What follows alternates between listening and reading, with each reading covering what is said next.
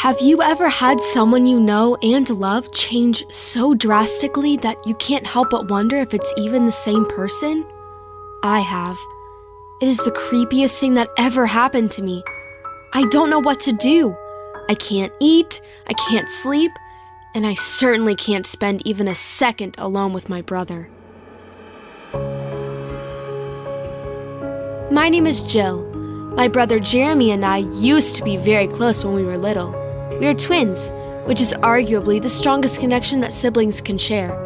I mean, we've been together longer than either of us can remember, even longer than we've existed in this world. That means something. At least, I always thought so. However, since we turned 13, this connection started crumbling. Jeremy suddenly stopped spending time with me. He would never include me in his friend group anymore. He never explained why. What had I done wrong? My mom said it's just a phase, that I should be smarter and not get upset with him. I've always considered myself to be the mature one, so that's what I did. Waited for him to come to his senses and start acting like my brother again. But not anymore. After what happened during the road trip to our aunt's house, I'm just scared of him. And I'm not even sure that the person that lives in our house is my brother. It all started a week ago. Our parents decided that we should spend the weekend with our aunt. We wanted to show her our support and check on her since she recently had lost her husband. After his death, she relocated to a small town in Massachusetts. That's about 5 hours drive from Philly, where our family lives. My dad thought it would be a good idea to drive through the night. We would arrive on Saturday early in the morning, avoiding all the traffic jams. My mom was a little bit concerned that my brother and I would get tired, but we convinced them that it was all right. The trip started off with a fight. Jeremy was moody and kept picking on me. Whatever I said or did, he would find it irritating and wasn't afraid to show it with a snarky comment or an overly grumpy look. Mom took my side and told him to behave, so as a result, he ended up getting mad at everyone. Dad tried to ease the tension by putting some music on, but it didn't really help. It might have even made things more awkward. 4 people, equally angry and upset, driving with some jolly tunes playing. What can be weirder than that? If that wasn't enough, it started raining. A cherry on top of a shitty road trip. We've been driving outside of big cities, so the road was pretty much empty. Those rare cars that we met were mostly coming from the opposite direction. At some point, I think it was about 2 a.m., Jeremy said he needed to go to the restroom. My dad promised to stop at the first rest area that would be on our way. Soon after, he saw a gas station sign.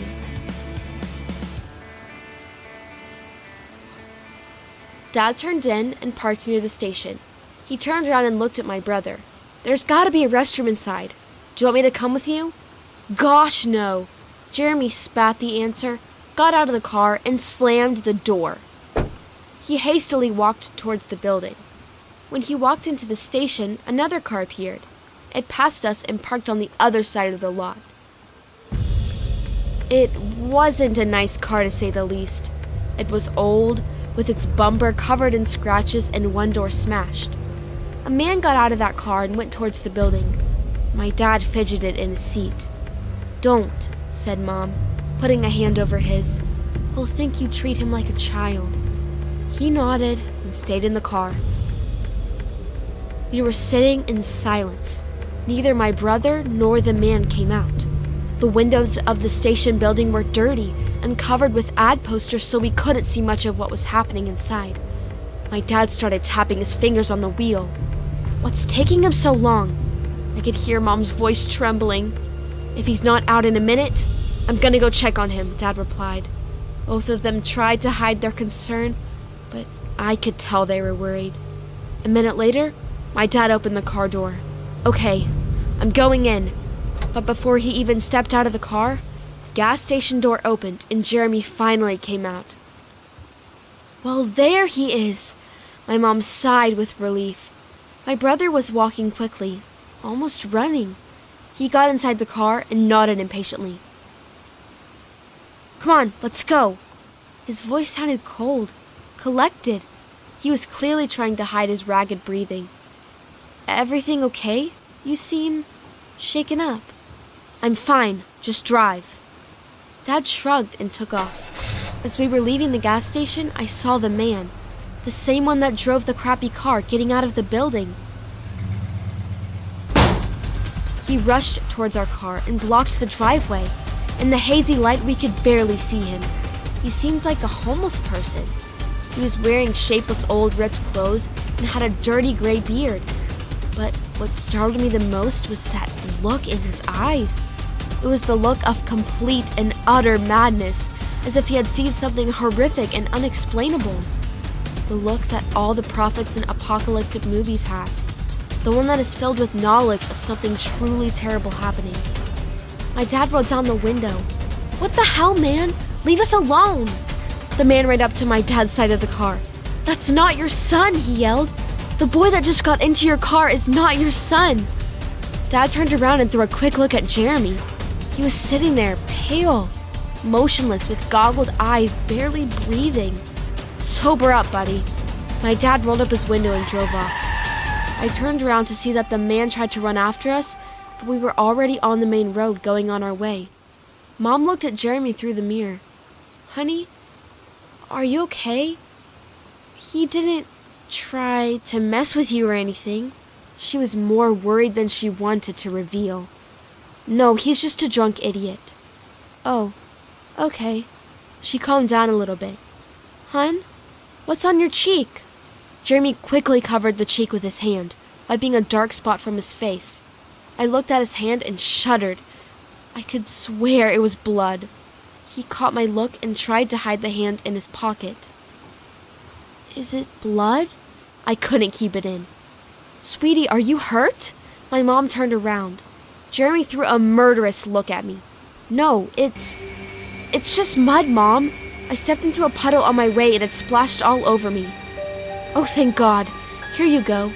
Mom opened the glove box, got a pack of wet wipes, and gave one to Jeremy. "Thanks." He quickly wiped his face and hands. I couldn't stop staring at him, shocked and weirded out. Jeremy noticed my look and it clearly pissed him off. He rolled down his window and threw the wipe away. As he was doing so, he looked at me angrily and victoriously at the same time, as if knowing that he was getting away with something. I looked away, facing my window. There were goosebumps all over my body. I was scared and confused. Was Jeremy lying? Whose blood was that? Why did the stranger say that it wasn't my brother? After a while, I guardedly looked at Jeremy. He was sitting next to me, white as a paper, with an absent look in his eyes. There was something really off about him, but I just couldn't figure out what. We spent the rest of our trip in silence. When we arrived at our aunt's place, she was very happy to see us. She made us waffles, even though it was around 5 a.m. All of us were hungry after a long drive. Well, except for Jeremy. When we sat down around the table, he suddenly turned blue and excused himself. He covered his mouth and nose with his hand and rushed towards the bathroom. My parents and aunt thought he was just carsick, but I couldn't stop thinking about the words of that stranger with his crazy prophet's eyes. My brother had never gotten carsick. My brother had never refused a fresh-baked waffle. The rest of the day, Jeremy was very quiet.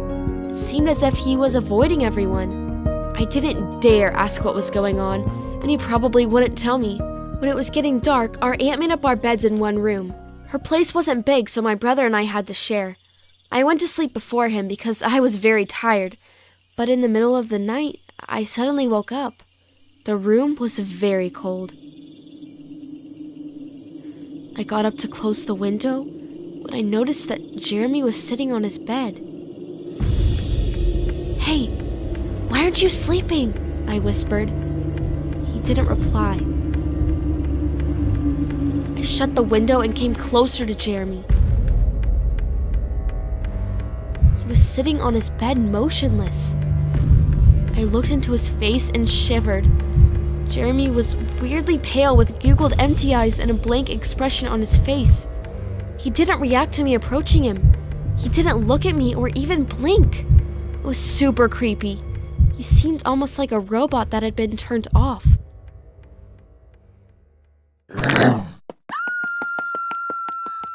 I was so freaked out that I ran to wake my mom. But when she came with me to check on Jeremy, he was lying in his bed pretending to be asleep. "You just had a nightmare, dear." She tried to calm me down. She tucked in my blanket, kissed me goodnight, and left.